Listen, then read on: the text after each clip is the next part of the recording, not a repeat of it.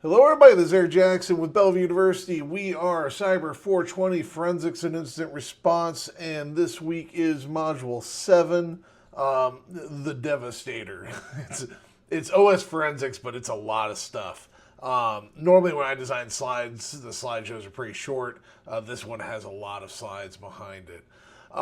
Couple little admin things. I am all caught up on grading. I owe lab reviews for Lab 5. Lab 6, there was none.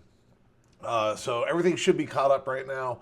Lab 5, if you were working on Lab 5 and you couldn't figure it out, it's obtuse. I gave you full credit if you documented everything. If you did not, as in you couldn't get the zip file open, no harm, it happens. It was a password in the fakely named PDF that was actually just a text file. That was the password to the zip file. So that's how you decrypted it. So this week we're talking about forensics, OS level forensics, operating system forensics, and predominantly we mean Windows forensics. It's not always. There is Macintosh, obviously, cellular phone. I said cellular phones. Things like mobile phones, or just phones, I guess, these days. They all have their own operating systems. They all can be forensically analyzed, but more often than not, we're going to be talking about Windows, at least for now. Most workplace stuff happens Windows. I would say that the bulk of even criminal enterprises use Windows. You got to run Excel somewhere to keep track of all of your illicit stuff. But there are Linux systems, and we will talk about that. But let's talk about Windows first. If you're confronted with a Windows system, there's some questions you should ask straight away. What version of Windows is it? Is it Windows XP? Is it Windows 98? Is it Windows 10 or Windows 11 now? Whatever it is, you need to know these things because your tools will work differently. Windows 98, I kind of joke about that. I use Windows 98 in pen tests a lot. I should say I do. I haven't pen tested in 4 or 5 years. But it is such an old operating system that still runs a lot of Windows applications, and it runs for like no memory at all. So you can use it as a VM to do some very quick stuff that most detection tools don't know what it's looking at. So if you were going after somebody like me, you might find Windows 98. And you need to know that because some of your tools are not going to work with stuff that old. And you're going to have stuff that works with older tools or older operating systems doesn't work with newer stuff. Being able to break into encrypted volumes was a lot easier in older OSs than it is in newer OSs. So you'll use different tool sets for that. Also worth noting, is it encrypted? If you have a Windows install that is bit-locked or encrypted in some other way, you're going to need keys for that. If you don't have keys for that, it turns into a different thing. Then you're looking into key recovery. You're not looking into getting the hard drive back. At this point, you just need the keys. That is the challenge, not what's on the hard drive. You can do that. There are ways to do it either through sort of hacky stuff where you look for exploits or weaknesses in keys. You can go and try to get more evidence that may contain keys. Or you can pay a third party that specializes in breaking into those and hope for the best. I guess option 4 is you try to break into it yourself, which is doable, but definitely outside the scope of normal forensics work. It's more pen testy hackery.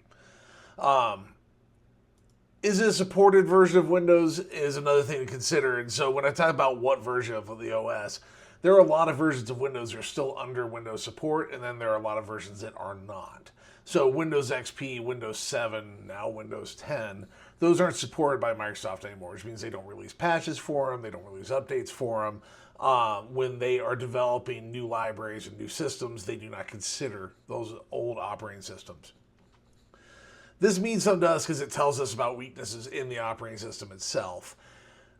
When you're doing forensics, you're not pen testing, but you kind of want to be a pen tester, right? You are working against an adversarial force, just like a penetration tester does. When a penetration tester or a network defender is assessing their enemy, who is going to mess with them, they have to assess their capabilities. So when you're talking about, I am going to figure out what this hacker did on his system, you may have to think into the weeds and start looking at things like, is this an old operating system that I can hack into? Windows XP, Windows 7, easy to break into those systems. Usernames and passwords don't matter. Windows 10, when Microsoft started to force the login stuff, it gets a little more complicated.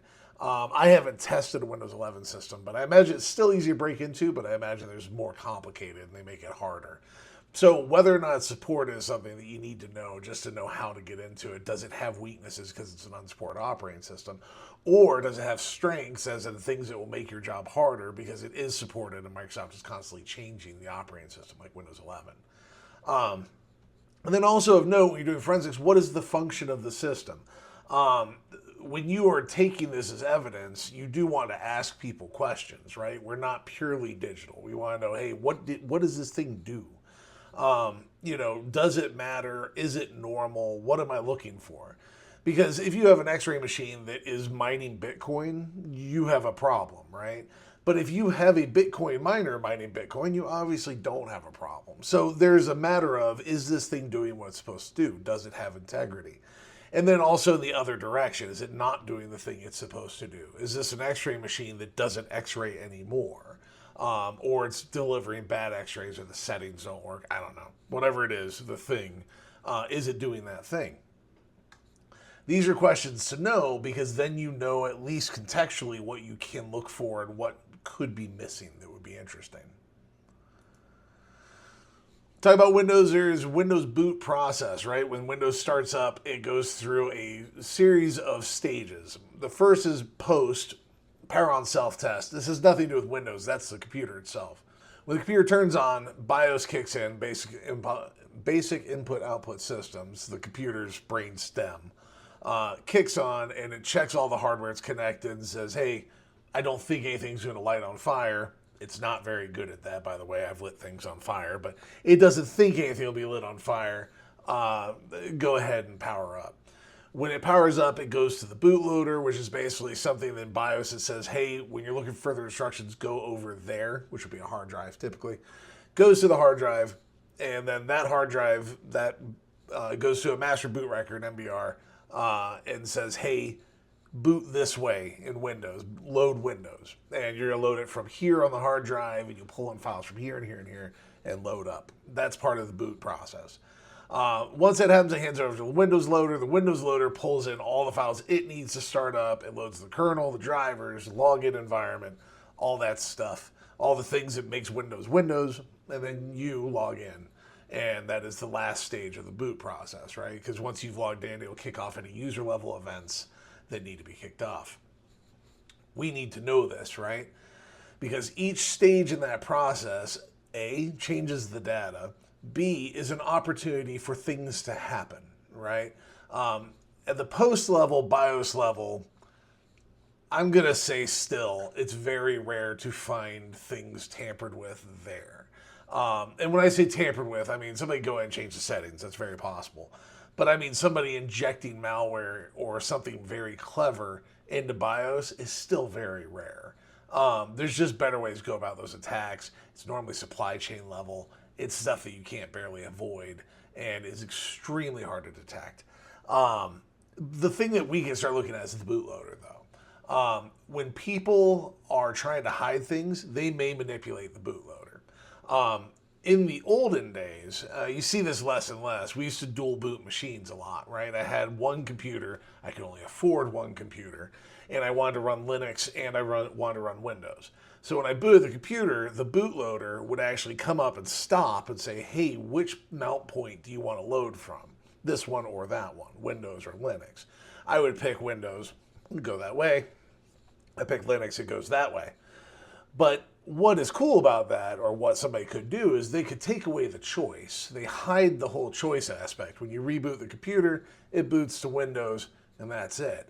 But if you hit a keystroke or you go to BIOS and you change the boot priority temporarily, you could boot from the other part of the hard drive, and nobody would be the wiser. You would just go in and boot into Linux, and you'd have your own Linux system. You could encrypt it, hide it in slack space, nobody would be able to find it. So the bootloader is important. We need to look at the bootloader to make sure that the computer is booting up the right way. The next thing we're going to look at is the Windows loader itself and how it's loading files in. There's a lot of tools to check this, but you're going to look at things like registry, which we'll talk about in a bit. You're going to look at things like what's in the run directory on a machine, what's in the system DLLs, what is tied to the current user profile, whatever it is. Those are the next things we're going to look at and how the system starts up. So much malware hides in startup. That's why this is important, right? If I'm going to write a keylogger and infect you with a keylogger, I'm going to infect you in a way that that keylogger will run every time the computer starts up, right? In fact, a lot of times, the keylogger I have that I use, that I wrote, requires a reboot before it works. It's actually one of its biggest weaknesses. It won't do anything until the system reboots. Once it reboots, almost nothing can find it. But until the system reboots, it doesn't do anything. So I have a thing in there to trick them into rebooting. It'll just nag them periodically and say, hey, you need to reboot, hey, you need to reboot, like a patch or something like that. You can change what the message is. But the idea is that I rely on that reboot in order to make sure that program's always running. That way I don't have to do anything shady. I don't have to inject a process or anything. I just put it in run. It's in the run keys on registry, and it just runs automatically when the system boots up. Another thing I said that you need to know is whether or not it's a 64-bit or 32-bit operating system.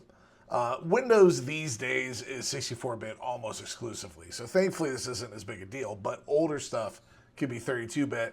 And also we're now starting to see something called ARM, right? So ARM or RISC, which Rebecca, tell us what RISC and ARM means. She'll say it. It's a different architecture. So we are used to Intel x86 and x64 processing architecture. Doesn't mean a lot to you unless you're a computer programmer who writes an assembly. But for the most part, you have a computer program, you compile it, it compiles for a particular architecture. As long as you compile that architecture, you have the right stuff on the next system, you can run that program, right? So if I compile Microsoft Excel, it runs on my Windows system, your Windows system, their Windows system, whatever it is. That's because they all share the same architecture. If you take a 64-bit program and you try to run on a 32-bit system, it will fail. The system will crash, or the computer or the program will just fail to run. ARM or RISC is just another thing like this. It's a different architecture. Phones all run on ARM and RISC. Most gadgets run on ARM and RISC. It's just a very small, low-power processor scheme that is getting more and more capable. I wouldn't say powerful. It's weird. It's hard to measure. It's kind of measuring apples and oranges. Apple computers now mostly run, or may exclusively run, on ARM and RISC processor architectures. This matters to us because, again, our programs may or may not be compatible with those architectures. We need to have programs to handle those architectures. We need to know those things. 32-bit processing is old. If you find x86, which is the 32-bit version, you're dealing with old stuff. The good news is it's less secure, it's easier to mess with. Code or tools are relatively easy to find and abundant. Good stuff. 64-bit, same story, but less so, and also so much more data. x64 enables a lot more memory space, and it enables bigger files, and enables more processing, more multitasking. It also includes some security features, and those security features can get in the way of forensics. Because like I said, forensics is kind of just legit hacking. You're just trying to get into stuff that people are trying to keep you out of. To not make this lecture too long, I am not going to read all the important Windows files to you. There are a lot of them. I'll put them on screen here. Pause, look at them as you want. There are so many more. Windows is just chock full of weird files, weird stuff, built on legacies. It's pretty easy to mess with. All these files that we're talking about are vulnerable. Here's another list of them. I will put that on the screen as well. All of these are files that aren't just important because like you delete them or put malware on them, but they store tons of information. All the ones that we're talking about at this moment with dollar signs in front of them, they contain metadata about stuff. So these are things you want to look at, and a lot of your tools will look at automatically. That leads us to volatile data. So we talk about the stuff on the disk, we're talking about files, then there's volatile data, just the stuff that's in memory, stuff that's in caches or buffers or swap files or whatever. Stuff that's not really meant to be there for long. or will not be there for long. Capturing that data is super, super important. We talked about that where you are trying to capture that data live whenever you can. That's one of the reasons we unplug the computer, right? Because at that point, anything that's being written to the hard drive just stops and it has been written to the hard drive. We will never turn that hard drive on again so that it doesn't go, well, except to make copies. But we'll never boot that hard drive again so that it doesn't go and delete those files or anything. It is a moving goalpost. It's something to understand. There's a point in time where you have to say, this is the official end of this computer's life. Unplugging it is that point where you just say, poof, and that's it. It's over. If you leave it plugged in and you capture memory, remember that memory will always change. This is the principle of every time you touch a thing, you change the thing. So even as we're making copies, the memory is changing. So you start at a snapshot time. You say, right here is where I'm taking the memory. From here on out, everything else is no longer valid. You would, in the case of unplugging, you would document that too. You'd say, snapshots from here, there was a 3-hour window while we made the copy, and then we unplugged the hard drive, or unplugged the computer. So I said you don't need to memorize a bunch of file names because there are so many of them. There are some that you should look at. You should have paused on that slide, take a look. But we're talking about Windows directories. There are some that matter because once you have them in your head, they're useful to always have. C:\users or documents and settings or profiles. I can't remember the oldest version. But there is those files, C:\users, is the equivalent to /home if you're a nerd and you do Linux, where all user profile data is typically stored and a typical Windows user only has permissions to write to their directory and users. If you can find them writing to other directories, that's something useful. Obviously, if somebody's writing to that directory that's not them, or if you're looking specifically for data that somebody wrote, that would be the first place to look. C:\Windows, C:\Windows System 32, all the Windows files are in there. It is a great place to hide things. Sometimes you can access C:\Windows temp. It's a great place to hide stuff. Nobody ever looks in the temp directory. In normal operations, forensics people always look in the temp directory. C:\program files or program files, and then in parentheses x86. That's where programs are installed. Again, another great place to hide. If you're going to install malware, go to install stuff in there. Inside of users, there is a directory called app data or application data, and I recommend you always look around in there. A lot of applications store data in there for the user.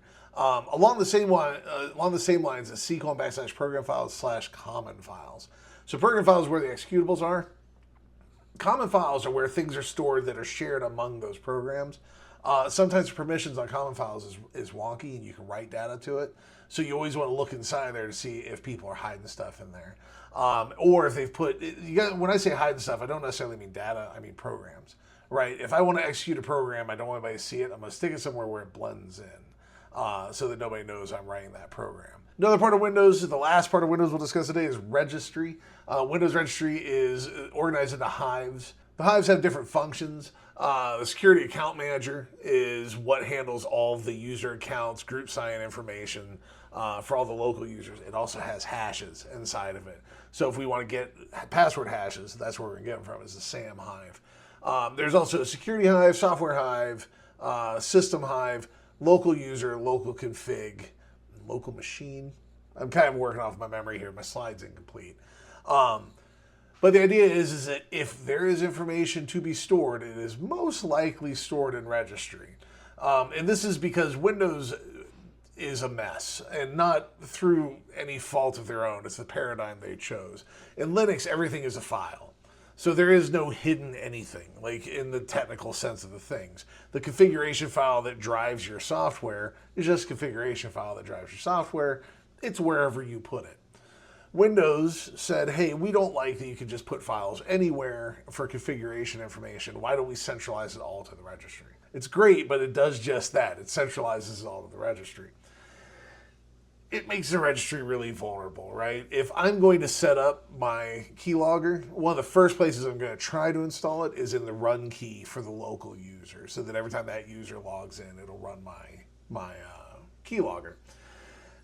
This is all in registry. You can go and change what programs run with what things. So, like, let's say that I want to make a malicious Excel version, a malicious version of Excel.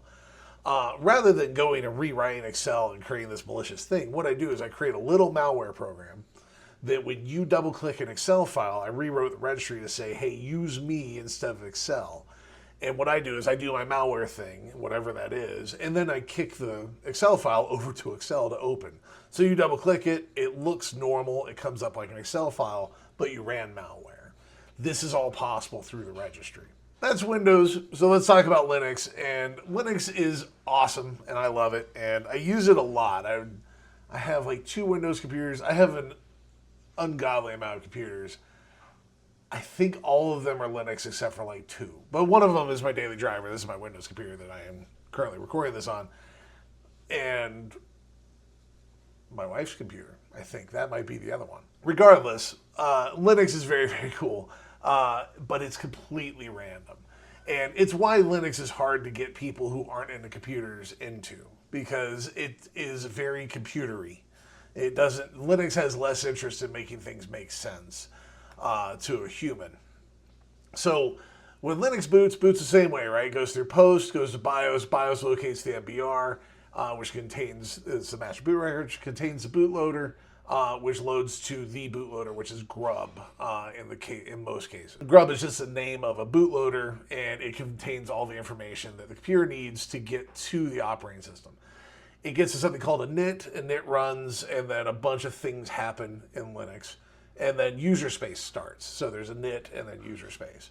Again, same thing. You can get in here and inject into each of these processes. If you can get into a init, I am not very Linux good in the sense of messing with a init. I am on Google if I'm stuck using a init. But if you're in the init space, which is before the normal login stuff, you can make a lot of changes on a Linux system. So it's one of those things that we have to be cognizant of, that people could do that on purpose, to use that to hide data, create weird stuff, bypass security. After that is user space. Once you're in user space, it works like a normal computer where you log in, username and password, and move on and do the functions the computer's supposed to do. If that was just it, it would be super easy, but Linux is kind of messy because there's an aspect of Linux called distributions, right? Windows is distributed by Microsoft, the end. No one else sells Windows. Well, other people sell Windows. Nobody else makes, publishes, or creates Windows, just Microsoft. So Linux isn't owned by anybody. There is no one to do that. So there's a bunch of groups who create distributions. They say, hey, we distribute Linux this way. So there's Ubuntu, Fedora, Mint, Arch, and Slackware, which I'll talk about in a second. All those are slightly different distributions of Linux. They all are Linux. They all do Linux things. They'll run Linux software, but they do it in slightly different ways. If you're doing forensics on a Linux system, you need to figure out what version of Linux and what distribution of Linux you're using. And then you got to figure out where people are supposed to be putting things and how permissions work and where they should be. I was talking about Slackware. If you run a Slackware set up by somebody who's probably really, really, really smart, Slackware is very hard, very old school way of doing Linux. It's how I learned, and as soon as there was a better version, I moved on because it is so hard to deal with. But it's still out there, and it is the ultimate embodiment of however the user wants the system to work, that's how it will work. Linux is very fluid. One thing to remember in Linux, though, that is cool is everything is a file. There's no registry, there are no drives, there's nothing. If you plug a drive in, it creates a file.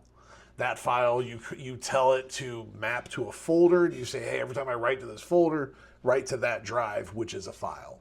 It's cool, it's weird, but it is what makes Linux unique, and it also what makes forensics difficult on it. There are places to look. Bin is where all things execute. Boot is what happens when the computer boots. Dev is where all the devices are, so when you plug a hard drive in, it will show up in dev as a file. Etsy is where like the computer's brainish type stuff is. Home is like the user's directory in Windows, right? It's where all the user profiles go. Lib is essential libraries. Opt is optional stuff that you add to the operating system. SBIN is for super user executables, things that can do damage. And var is for files that grow over time, like logs and stuff like that. These aren't critically important to remember off the top of your head, but they're important to know because that's where all the stuff is. But where it is in each one and each distribution for each program is different. I use Docker. A lot of my Docker stuff lives in my home directory, but some of it is stored in var. Some of it is in user. It's all in different places. And so when I do backups, I have to know where all those things are. When you're doing forensics, you have to know where all those things are. So if in Windows, putting things in startup is one of the most popular ways to infect a Windows system, I'd say the most popular one in Linux is create a cron job. So if you go into Linux, you type cron tab in a normal Linux distribution, you can schedule tasks. Super easy to do. If you type sudo and cron tab -e, if you cron tab -e or sudo cron tab -e, you can do that for root. You can schedule all the tasks for root. A lot of people, a lot of hackers who get Linux boxes, that's what they do. They get in and they schedule tasks. I've done a ton of capture the flags and investigations and different things. And whenever there's a Linux infection, the first thing to do is look at cron, because that's where they tend to stick their executables that need to run on, make sure they're always running.